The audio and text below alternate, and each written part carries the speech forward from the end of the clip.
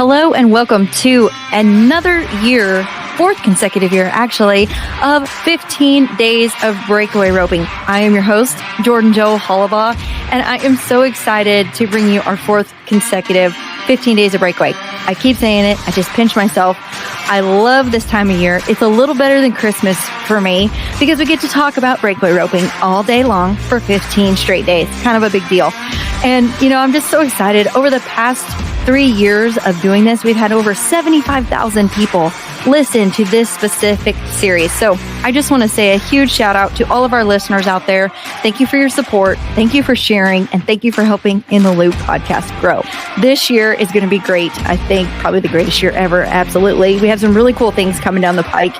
And I just want to say a huge shout out to our partners this year because I absolutely could not do this without them. This series of 15 Days of Breakaway 2024 is brought to you by Wrangler. Wrangler butts drive you nuts. And we also have other partners such as Patterson Garage and Trailer Repair in Springtown, Texas, Rattler Ropes, Pro Fantasy Rodeo. Go get that breakaway team, y'all. WRWC, the Women's Rodeo World Championships. We've got some really cool questions coming, Fancy's Burning Questions. And Rodeo Now. Upload all of your rodeo videos and have them in one place. I'm excited to be a part of this year's 15 Days of Breakaway. It's really special to me. So thank you guys again for listening. If you have any questions for me, or if you would like to give us any input, I would love to know what you think about these breakaway roping series episodes. And if you have any breakaway roping questions, period, email me at jordan@inthelooppodcast.co. And I will get back to you and answer all of your questions. Make sure you share these episodes with all of your friends. We appreciate your guys' support and helping In the Loop podcast grow. So with no further avail, let's get to it. 15 Days of Breakaway 2024. Here we come. Okay, guys, welcome back. We are here, another 15 days of breakaway, brought to you by Wrangler. Wrangler butts drive me nuts too. We are here with the number 4 contender, Kelsie Chace Domer. Kelsie, welcome to the show today. What's up, pal? Thanks for having me. I can't get over. Even your login says Kelsie Chace. Like, you really should change that. Well, it's because my email is Kelsie Chace, and that's probably never going to change because why would I change an email after all this time? We're really starting to age ourselves when we sound old. Why would we change? We're going to be set in our ways. You just had a birthday here recently. You're now 34. How's it feel? It feels great now that you tell everybody about it. I'm coming in hot on your heels, but I just wanted everybody to know that you are a month and some older than me. So, yep, got it. Winning. So tell me a little bit about your rodeo this year. You're coming back. This is your third NFBR qualification. It doesn't ever get old knowing that you've made it to your national finals rodeo. What's it feel like right now knowing you're headed back to the third time to Las Vegas? Oh yeah, it's always exciting. Obviously we make a goal at the beginning of the year to do that. So it's nice to mark that off the list and, look at all the hard work you put in and, you get to go to the end because there's a lot of people that put in that same hard work and don't get to do it. So I'm thankful for it. I don't take it for granted by any means, but I'm excited and I'm ready. You went to 78 rodeos this year, coming in with $133,036.93 to be exact. What does it look like this year compared to the years prior? I know the year that you made it in 23, you went to 74 rodeos. You made it in 21, you went to 63. I know that's evolved a little bit, but the money has changed as well. So what are your thoughts on that as you've rodeoed this year? Yeah, I mean, we're getting into more rodeos, it seems like, or, the rodeos that have had us every year, maybe we're all even added money, whatever. Things are getting better, like you said. And then now at the end of the year, we get to go to Mandan and Sioux Falls. And obviously those are big game changers. So, and it's been good. It's been fun. I've always been one, like I haven't really, we rodeo. 78 rodeos is a lot of rodeos. It's not like that's a small amount, but I just try to keep it to where it makes sense for me. And, I get to go with my family. And so I'm glad it's working out the way I'm doing it, I guess is what I'm getting at. Well, and your rodeo trail looks a little bit different. You have your 2-year-old daughter, Oaklynn.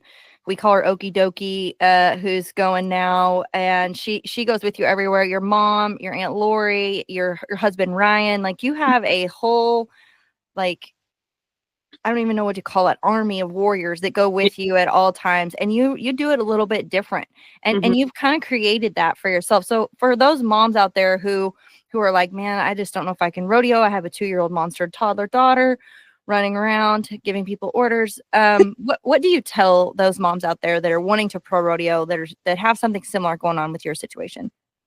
Man, I mean, anything in life, I've always thought if you truly want to do it, then, find a way. Like, it might not be easy, it's going to be different, and that's fine. Like, don't compare your story to somebody else's. Make what works for you. And this is what works for me. She gets to go with me.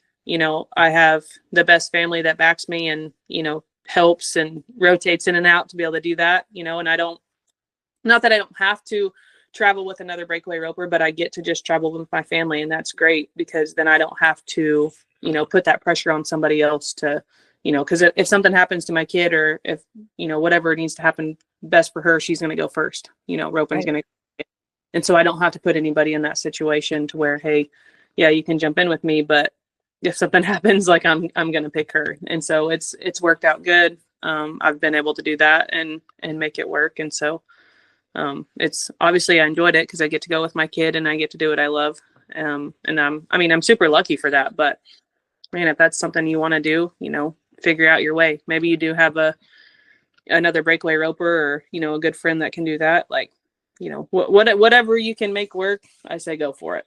Yeah. Well, and I love that about you too. And I think that you help others do that as well. As you do what's best for you and you make it work, what it best looks like for you and your family. You don't go off of, well, so-and-so is doing this or so-and-so is doing that. You're like, hey, what is best for Oaklynn? How do I work backwards from there? And then make that work with what my goals and aspirations are. And I really, truly admire that about you. Let's talk about your favorite rodeo this year. I mean, I don't know if you can name 1 or 2 or 10. You had a first time ever Calgary win, Canada trip. We went to Canada together. It was pretty fun. Came away with a Calgary champ. You won Pendleton, Sioux Falls. You maxed out there. Had a great week. So what were some of your favorite experiences rodeoing this year and getting some of those new buckles under your belt? Yeah, I mean, Calgary was super fun. Of course, that's the first year I got to go. So that was exciting. And then obviously to get the win, that's just cherry on top, right? But we made it. We made it through the border. We made it back. So that's a big win also. In one piece, we did some shopping maybe while we were there. So that was cool too. Yeah, no. So, I mean, that was fun. That was a new one. I really like going to St. Paul. I didn't win St. Paul. I didn't even win any money, but that was such a cool rodeo. Super excited that the breakaway ropers got to experience that. So that was fun. And then Pendleton, I mean, of course, that's a bucket list win. Anytime you can say, hey, look, I got this Pendleton buckle, it's pretty special. I split it, which is also, I mean, that's great. Doesn't matter. We split it. Both of us won. So that was pretty cool. That's one you'll never forget. So, and then, yeah, like we get to go to Sioux Falls now at the end of the year and rope at big money. And so it was a good way to end the season. What were you thinking when you were going around your victory lap at Pendleton? Like, did you jump the little, I don't even know what it's called, the little bar around the arena? No, they took it down. They didn't even let us. I was a little bummed about that. They kicked it down before we ran out because I was going to jump it. Hank was definitely going to jump it. But no, as our victory lap, I was pretty much just hanging on. Like, he wanted to go so fast, but I was honestly a little terrified to let him go that fast because I didn't know if I was going to get him slowed down later. Yeah. So. Well, let's talk a little bit about your horsepower. You had 2 horses in your trailer this year. You had Little Man and Paint. Mm-hmm. I watched a video of Little Man exercising the other day. He's a 19-year-old that, resembles one of a 7-year-old. I mean, he just never, he's such a great personality. But we were talking about him the other day. And I think it's really neat how you had the win on Calgary on Little Man, but then you show up and you ride Paint, which is your husband's horse. We'll give Ryan credit there at Pendleton. But 2 very different horses. I think something that goes overlooked in what we do a lot is the success that you have. Little Man looks super easy to ride, right? Like he looks like he's just just flowing, and his mane is running, and he's sliding to a stop. So it looks so easy. It's really, really, really not that easy. Right. Talk about your horsepower and the horses that you ride and the differences between the 2. Yeah, I mean, Little Man's been so special to us no matter, since the day I bought him. And he's going to be one that, he'll live in the Domer household for the rest of his life. But I mean, he's very powerful. He's very fast. He stops hard. He's really not that fun to warm up. He likes to prance around, those things. But it's crazy because I can go back to the trailer and he's going to drop his nose and Oaklynn can lead him around and do whatever. But yeah, as far as riding him, I mean, he looks good. And I'm not, no good horse at that level, I think, is easy to ride per se, even on yours or Josie Connors or whoever. Like, they're not easy, but it's fun when they make it look cool and they make it look easy. And then the paint horse, he's been good in the situations where, I thought he'd be a little bit better than Little Man. I mean, Little Man, you can ride him literally in every setup, but there are some setups that are a lot easier to, to ride him out than, say Cheyenne. I've ridden Little Man at Cheyenne and he's done great there, but when you have to run, 4 or 5, however many we have to run by the time you get to the end, then he's not really that easy to score come that time. So I got to ride paint there. He was really good. I'll never ride Little Man at Pendleton. That would scare the snot out of me. I don't know if he'd ever stop. You shouldn't do that. I wouldn't advise it. Yeah, so that's good. I have the paint for those situations, and I rode the paint at a couple other places throughout the year. Just when I was like, hey, I know he would do good at these situations, and I can give Little Man a break. So it's been really good to have paint in the trailer, give Little Man a buddy, and also give him a backup when needed. Okay, guys, so one thing that I have learned as I have rodeoed and traveled millions of miles is that we all need that one great trailer guy. And I have found that with my friends Dickie and Jordan at Patterson Garage in Springtown, Texas. With years of experience, Patterson Garage and Trailer is locally owned and led by Dickie Patterson, who does the automotive side, and Jordan Evans, who does the trailer repairs. They can fix anything and everything from RVs, trailers, vehicles, brakes, wiring, trailer conversions, generator repair. We all need that. AC repair, suspension, brakes, you name it, they can do it. And one thing I love is that every time I call down there, day or night, Jordan is always there to help me. Dickie has been able to fix anything and everything we need on this truck. So when you have that need and you need to get your trailer in and get it fixed, take it to Springtown, Texas, to Patterson Garage and Trailer Repair. Call Jordan at 817-220-1242. You can find them on their website, pattersongarageandtrailer.com. They're on social media. Google search them, y'all. They're everywhere. All of your trusted repair solutions for all of your trailer needs. Call Patterson Garage and Trailer Repair. Let's talk a little bit about Little Man scoring. I know that a lot of different times you show up with a lot of different bits. Just trying to keep it fresh, keep it clean. Talk about some of your bits, why you make those choices and why you make those changes throughout the year. I think he's getting better. Finally, I know, like in the past, it's been a fight. Sometimes he might just run through my hand, and that's part of it. But I guarantee you, there's not a horse out there that hasn't made a mistake. So we have to give him a little grace. But he's strong, but that's what I like about him. He's going to pull on me and get across the line. And so I can't really get mad at him in those situations, because the next time I probably want him to do that same thing. But, I do change it up. I kind of change up bits on any horse, try not to get them dulled to one thing and whatever, and just figure out what works. But I don't know. That's what people ask me, hey, what do you use? And it's like, I don't know. Ask me tomorrow. It could be something different. So every day is a different day. I think that's the good thing about it. It's don't get caught in one, tunnel vision on, hey, this has to work. Like I'm all about changing things up and making sure they're listening on different occasions, or maybe they're not listening. I don't know. But well, I mean, you made a great point. Like, we're asking them for their life every single time we back them in there, right? We don't get to practice a whole lot on the road. But even at home, like, these horses are rodeo horses, and he's 19 years old. My horse is 14, 15 years old. Like, they've done this so many years. Like, they know, we've got to give them grace, and we got to figure out how to work through that. What were, when you're choosing your bits, I know you change it up all the time. What makes a breakaway roping bit and what doesn't? Like in your book, how do you figure out, like, this might work, this might not? So personally, I want something that they're going to respect, but I don't want them to be scared of it. Like, I want them to, they've got to score good, but to me, they've got to kind of pull on you in the box a little bit. And so if they're really scared of something, they're not going to do that, and they're going to get away. Well, we all know if you nod and the first thing they want to do is go backwards, then you're probably not going to get the start you want.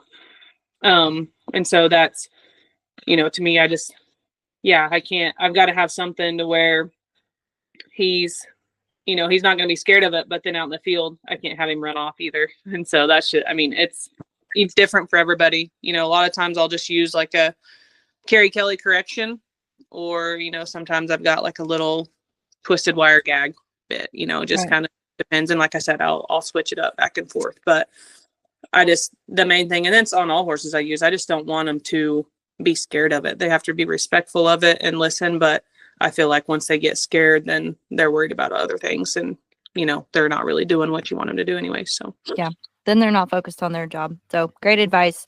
Let's talk a little bit about what's in your rope bag. I know you're a rattler girl. This is a funny story. It's not funny, but it's kind of funny.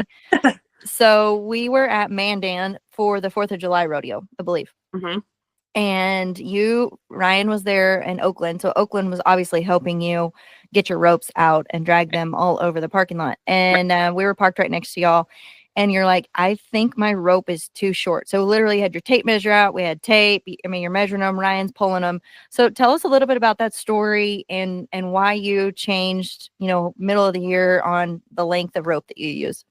Yeah, I don't, like we talked then, I really don't know what happened. I mean, I always just measure off an old rope, and pull it and cut it. And I don't know if I made a mistake or if just some of the things I was doing changed and I needed something longer, because I don't feel like I really had any problems over the winter with it, but winter rodeo is fast. And so I probably wouldn't see, those problems come up. But I know like at Greeley, I know maybe it was Prineville, like in that area, June area, Reno, kind of around there. Like I was roping good. I really wasn't roping bad, but then every once in a while something would happen and it's like, why did my rope do that? Like, why? And actually at Greeley, I showed Ren Richard a video. I'm like, hey, I need help. Like, just look at this. Tell me if I'm silly. Like, cuss me. I don't care. Like, help me. And he watched it and he was like, dude, your rope's too short. I'm like, really? Because that was in the back of my mind. And I was like, 100%, like, you're not just saying that. He's like, no, like, look, and that was the thing. It was dropping out of my left hand. I'm like, why is it dropping out of my left hand? And I was like, and I wasn't taking off the wall shots. Like it was normal shots, but I was like, this doesn't make sense. He was like, yeah. He was like, your rope's too short, 100%. I'm like, okay. And so like, whatever, I kind of played with some stuff. And so obviously that's Greeley. I mean, that's for the end of June, I guess. Beginning of the 4th of July, so that'd have been right before Mandan. And so I was like, heck with this. And what I say, I added a full foot, didn't I? Yeah, I think it was, you added a foot and then I think you pulled it back to 6 inches maybe. Yeah, I know I know when we went to Calgary, like I had cut my rope, but then I had, the way I tied my knot, my knot was 6 inches if I undid my knot. Yeah. So I knew I had that if I needed to. And I think you're right. I did. I think I added a foot and a half and then I came back off 6 inches. So I ended up adding a full foot to my rope, and knock on wood, it's been good. Yeah. Obviously it was good. You walked away with Calgary win after that. Yeah. That was what's crazy to me. It's like, how did I get off a foot, or how did I change that much knowing I needed it? But it's worked and I've stayed with it. So hopefully from now on, every time I've cut my rope, I've like double, triple checked. You're like, I'm making sure that this is working. Yeah. 100%. Tell me a little bit about, we're always involved in our families and all the things, but I want to know 2 things: favorite memory inside of the arena and your favorite memory outside of the arena from this year. Inside of the arena, honestly, probably the first round at Pendleton. I mean, the whole win at Pendleton was great, but the first run, for one, that was the first calf I've ever caught at Pendleton. But for 2, that fast. So what you're saying is, if you haven't caught one at Pendleton, there is hope. Yeah, there's a chance.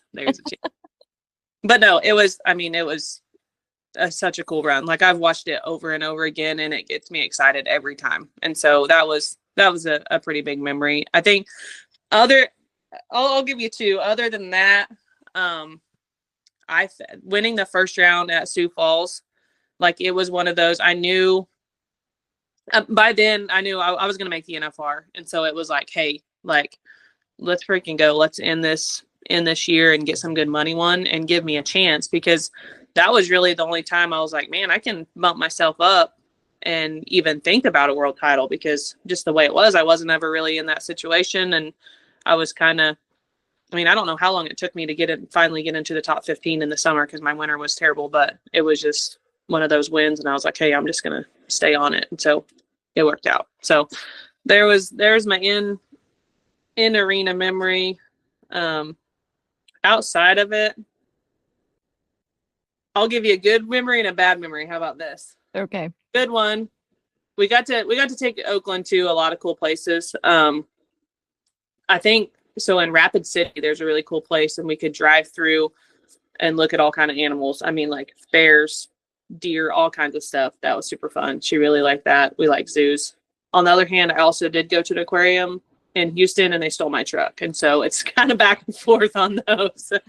I'm doing fun things with your kid. So there's that. I forgot that you got your truck stole. That was quite a big of a hurdle this winter. Tell me a little bit about that.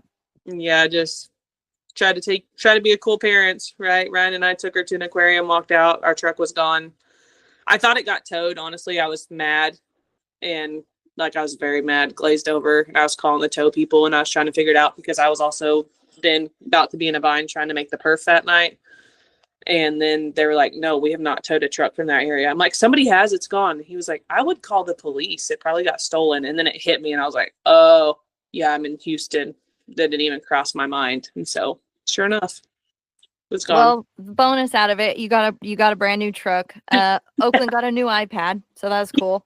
New iPad, RC. You made it to the perf. Yeah. We did make it to the perf. So well, and I mean, that's one thing I think that people don't really realize. As we rodeo, there's all sorts of adversities that you encounter, and you just got to keep working through them. Like something is gonna happen, and you've got to work through those. And I mean, there's just nothing else to do. It wasn't funny at the time. Like when you called me, I'm like, you what? Like, come on now, and you're like, no, really. Yeah, you might need a ride to the perf. Yeah. I'm like, oh, okay. Well, I mean, I can get you. Just let me know. Yeah. Well, we're gearing up. Pro Fantasy is something. You're wearing your PFR cap anyway. Cool deal. Way to plan that. A good job on me, huh? Good job on you. You're coming in. You're kind of, I'm really proud of you for coming in the top 4, but you're crunching my Pro Fantasy numbers here. You're coming in at $120,000 value. Did you know that Shane Fry won the Breakaway Fantasy last year, 2023 champ?